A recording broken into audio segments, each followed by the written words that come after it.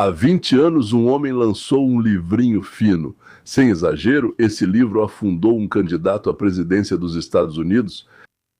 Não foi um artigo, foi uma investigação dos serviços secretos. Um livro, e o candidato que estava empatado perdeu. E agora, o mesmo homem olha para a câmera e diz para vocês: as eleições na América foram roubadas. As máquinas alteraram os votos. Tudo isso aconteceu através de um país estrangeiro. Máquinas eletrônicas que foram usadas nas eleições. E em breve sairá o dossiê completo. E o povo vai ficar chocado. E antes de você decidir se acredita nele ou não, quero que saiba 3 coisas. Quem é esse homem, o que exatamente ele disse e, o mais importante, por que ele está dizendo isso agora. Porque, como muitas vezes acontece, a resposta para a pergunta "por que agora?" vai te contar mais do que a própria entrevista. Vamos por partes. Primeiro, quem é? Lembre-se desse nome, Dr. Jerome Corsi. Ele tem cerca de 79 anos, 79. Doutor não é só enfeite, ele tem doutorado em Harvard, em ciência política.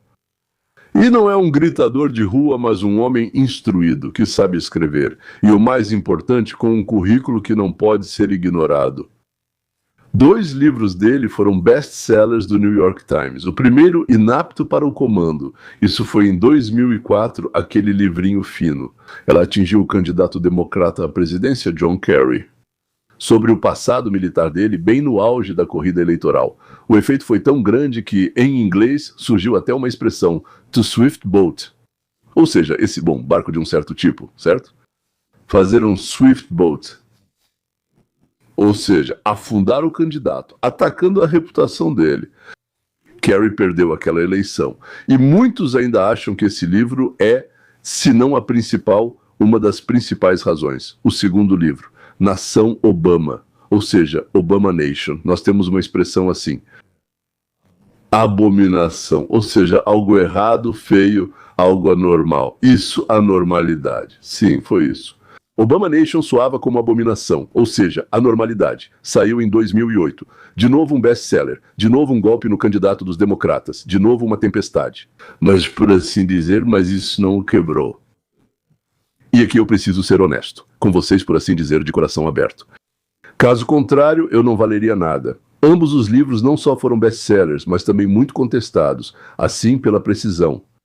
Os críticos disseram que algumas afirmações eram exageradas ou falsas. No caso de Kelly, havia mais verdade, não era mentira. Talvez a verdade estivesse nos 2 casos. Verdade comprovada, fatos, certo? Estamos diante de alguém cuja palavra influenciou 2 eleições presidenciais. Derrubou um e quase derrubou o outro. E cuja palavra foi muito contestada. Então lembrem-se das 2 partes, senhoras e senhores. Isso é importante. Em seguida, em 2017, Corsi se tornou chefe do escritório de Washington do site Infowars. Isso, para dizer o mínimo, não é um exemplo de jornalismo moderado. E em 2018, seu nome ficou famoso por outro motivo. No âmbito da investigação de Mueller, ele foi considerado um possível intermediário entre Roger Stone e o Wikileaks. Ofereceram a ele um acordo com a promotoria, admitir culpa por falso testemunho. Ele corria o risco de pegar até 5 anos, aliás. Sim, nessa idade, pegar 5 anos não é nada bom, e ele recusou esse acordo. E disse que assinar seria o mesmo que mentir? E eu nunca enganei ninguém de propósito, o que de certa forma fala bem dele. Lembre-se desse episódio, ele será mencionado na entrevista e explica muita coisa. Agora, então, Corsi tem sua própria plataforma na internet. Ele chama isso de Corsi Nation. Como era Obama Nation? Sim, Nação Obama. Agora ele é Corsi Nation. Podcast, canal, análise de política, Wall Street, pautas do Fórum Econômico Mundial e outras coisas. Mas para ser justo, o número é esse. O canal principal dele no YouTube tem cerca de 65 mil inscritos, não são milhões. É modesto pelos padrões dos grandes canais. E aqui vem o primeiro pensamento importante. Não se deixe enganar pelo número modesto, porque a arma de Corsi nunca foi o tamanho do público. A arma dele é o lançamento. Ele prioriza apresentar a narrativa primeiro, depois adotada pelas plataformas. 100 vezes maior. Swift Boat, esse é o livro que ele escreveu sobre Kerry. Não começou do zero. Ele começou com um livrinho bem fininho, uma faísca minúscula, na Floresta Seca. Sobre o que é essa entrevista, afinal? E o que ele disse, afinal? A situação é a seguinte: a eleição não é roubada de forma grosseira, mas de maneira sutil. Não basta inserir um voto falso. é preciso que ele seja certificado. Ou seja, nos computadores são criados eleitores inexistentes com números reais de documentos e assinaturas que vão coincidir durante a verificação. Em alguns lugares, a assinatura é obtida por registro automático. Em outros, ele sai à rua e paga por assinaturas de quem está morrendo por causa das drogas. Segundo ele, as máquinas foram alteradas por estados estrangeiros através da Venezuela. As máquinas, ele quer dizer essas aqui, as de votação, certo? Isso. O dinheiro flui através de fundos, ONGs, é lavado e vem pela fronteira aberta. E é isso. O que chamamos de órgãos do governo se transformou em uma organização criminosa. E tratar isso, diz-se, já é tarde demais com métodos convencionais. É preciso declarar estado de emergência na área de segurança nacional, reconhecer as eleições como sequestradas e enviar a Guarda Nacional para que o governo federal conduza as eleições nos estados, como fizeram Eisenhower e Kennedy ao mandarem tropas para o sul. E prender os culpados, governadores, secretários estaduais, chefes de fundações. Aqui está o relato dele, eu transmiti fielmente. Você captou a essência e transmitiu bem. Agora vem a pergunta mais interessante. E por que justamente agora? Nenhuma declaração das pessoas que atuam nesse palco lá em cima fica pairando no vazio. Sempre questione por que isso está sendo dito e por que neste momento. E aqui, Corsi, sem se esconder, revela como se diz as cartas. Em uma entrevista, ele solta uma frase. Tudo isso cria a base, tudo isso estabelece o pressuposto, bem, em inglês, predicate. Ou seja, ele descreve claramente o que está acontecendo agora, está sendo preparado o terreno. Para quê? Bem, para o futuro, alguma ação futura. Grande ação. Você responde e monta o calendário. Estamos na intensa temporada eleitoral de 2026. As eleições de meio de mandato se aproximam e na Califórnia, Astriche enfrenta fortes disputas. Steve Hilton disputa o cargo de governador. O presidente Trump fala publicamente sobre um dossiê completo das eleições que está prestes a ser divulgado. O dossiê será divulgado em breve, segundo Trump. Decretos sobre voto pelo correio e acesso a registros de eleitores podem estar sendo assinados, mas não há confirmação. Dizem que estão sendo assinados. O clima já está eletrizado. Nesse momento, sai uma entrevista que faz 3 coisas ao mesmo tempo. Primeiro, dá uma explicação clara, técnica e assustadora de por que não se pode confiar nas eleições. Um ponto muito importante. Então, foram escolhidos, certo, mas não se pode confiar neles. Segundo, ele nomeia os culpados um por um. Sobrenomes e estados específicos, o ataque é direcionado. E o terceiro ponto principal. Leva você a concordar com a resposta. Medidas extraordinárias. Você entende o esquema, né? Não é só compartilhar uma preocupação. Segundo ele, isso é criar uma premissa. Primeiro, a narrativa é lançada em um espaço amigável. Depois ela sobe de nível. E quando vira conhecimento comum, bem, todo mundo já sabe disso, né? Aí já dá para tomar uma grande decisão com base nisso. SwiftBot. Foi feito do mesmo jeito, seguindo o mesmo padrão. Primeiro o livro, depois a TV e, em seguida, o resultado nas urnas. É por isso. Porque agora é mais importante do que a própria entrevista. Porque o momento não foi escolhido por acaso. Ele foi escolhido para coincidir com a temporada. E aqui eu faço uma promessa para vocês, pela qual vale a pena assistir até o final. Eu não vou discutir com Corsi se as eleições foram roubadas ou não. É exatamente para essa armadilha que estão tentando nos atrair. Eu vou fazer algo mais útil. Ao final receberão 2 coisas. A diferença entre 2 conceitos de quebrar, embora soem iguais e a palavra pareça ser a mesma. Entre quebrar o cadeado de outra pessoa em uma eleição justa e quebrar a própria Constituição, um único teste mostra instantaneamente a salvação ou a tomada de poder. Mantenha essa promessa até chegar ao ponto principal. Não sou do tipo que, torcendo pelo seu lado, finge que tudo ali é sagrado. Assim, direto ao ponto. A Guarda Nacional realizando eleições nos estados é um exagero. A Constituição atribui aos estados, e não ao governo federal, a realização das eleições. Tropas federais substituindo o poder eleitoral do estado não é proteção da Constituição, é tirar do estado o seu papel. O governo federal não tem nenhum direito de interferir na vida dos estados. Ironicamente, isso é o mais anticonstitucional de toda a lista. Estado de emergência para suspender temporariamente a ordem normal é, para dizer o mínimo, um exagero. Essa porta tem uma característica ruim. Entra-se por ela em busca de salvação, mas nem sempre se sai dela. Prender opositores em massa como se fossem inimigos, sem um processo separado para cada um, isso, de novo, vamos usar a palavra exagero. Criminosos são julgados nominalmente e com provas. Limpar um campo inteiro de concidadãos já é de outro livro, muito assustador. E nós, na América, não queremos ler esse livro. Não queremos mesmo. Já lemos esse livro mais de uma vez? Eu digo isso de propósito em primeiro lugar, porque quem não é capaz de apontar os excessos do seu próprio lado, perde o direito de condenar o outro. Vou precisar desse direito, porque daqui para frente vou criticar para valer. Então agora o principal, quem foi que trancou as portas? Apontando o exagero, faço uma pergunta honesta. Por que isso se tornou possível? De onde veio tanta pressão? É aqui que entra o que ninguém gosta de falar. Imagine uma casa. Casas comuns têm fechaduras comuns. As fechaduras de eleições honestas são mundialmente conhecidas e não tem nada de exótico. Por exemplo, apresentar um documento de identidade na sessão eleitoral. Vai votar? Mostre quem você é. É assim que fazem em centenas de países por aí.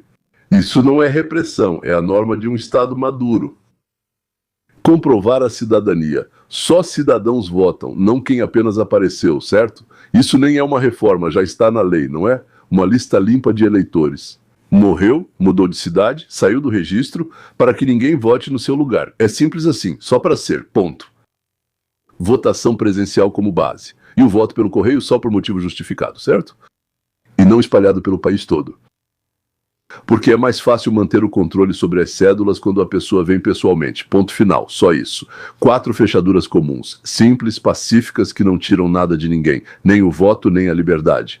E aqui está um fato que muda toda a conversa. Nós temos um lado da vida política que abertamente, sem esconder, não nos dá colocar, pendurar, pôr, eu não sei, esses cadeados. Nas assembleias legislativas votam contra. Nos tribunais, entrando com processo atrás de processo, contra os certificados, contra a verificação de cidadania, contra a limpeza das listas, a favor do envio geral de cédulas pelo correio.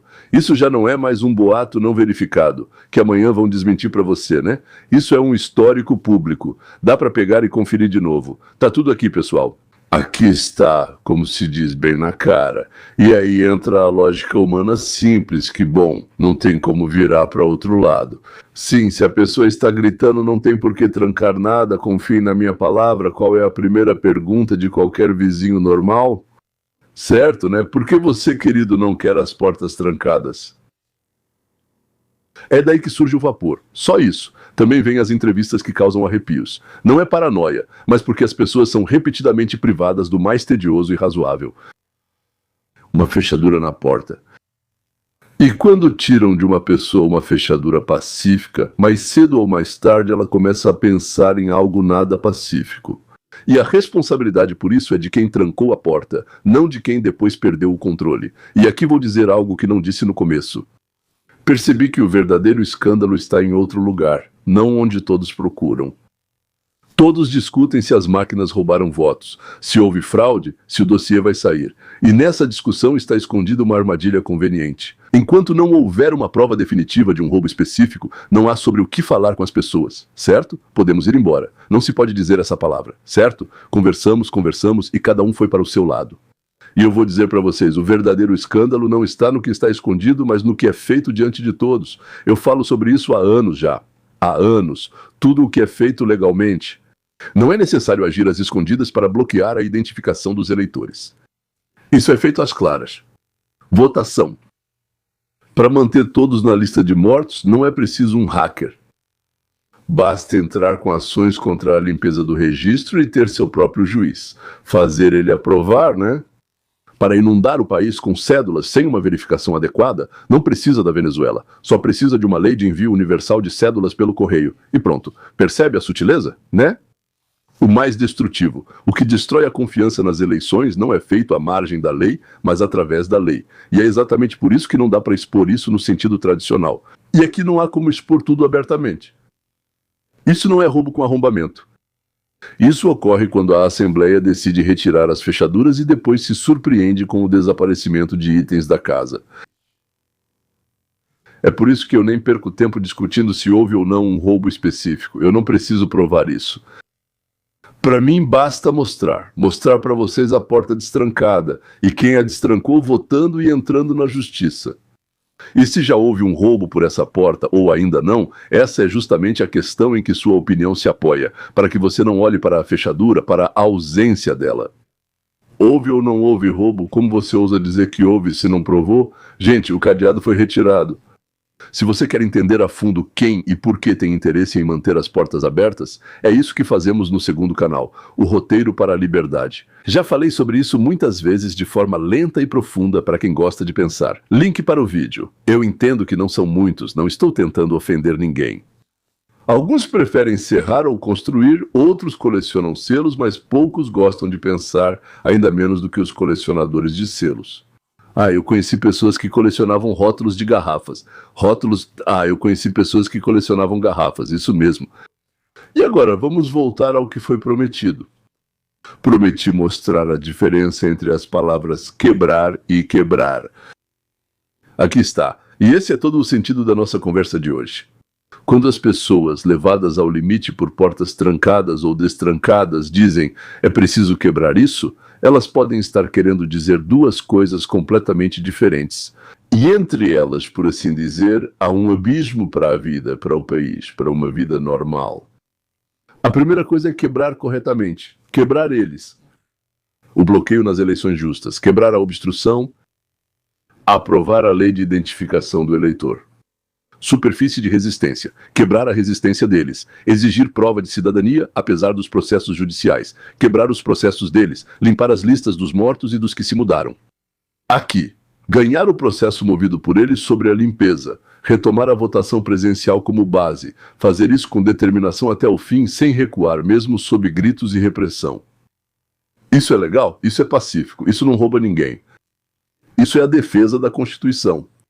Algo assim, eu mesmo quebraria com as duas mãos. Se tivesse mais mãos, seguraria com mais mãos ainda. Quebrar o segundo é fatal. Quebrar a própria Constituição, por uma boa causa. Declarar estado de emergência, enviar tropas, cancelar as eleições, prender os opositores sem julgamento. E aí pare, não porque eu tenha pena daqueles que trancaram as portas, mas, e sim porque existe uma regra de ferro, por causa da qual este canal existe.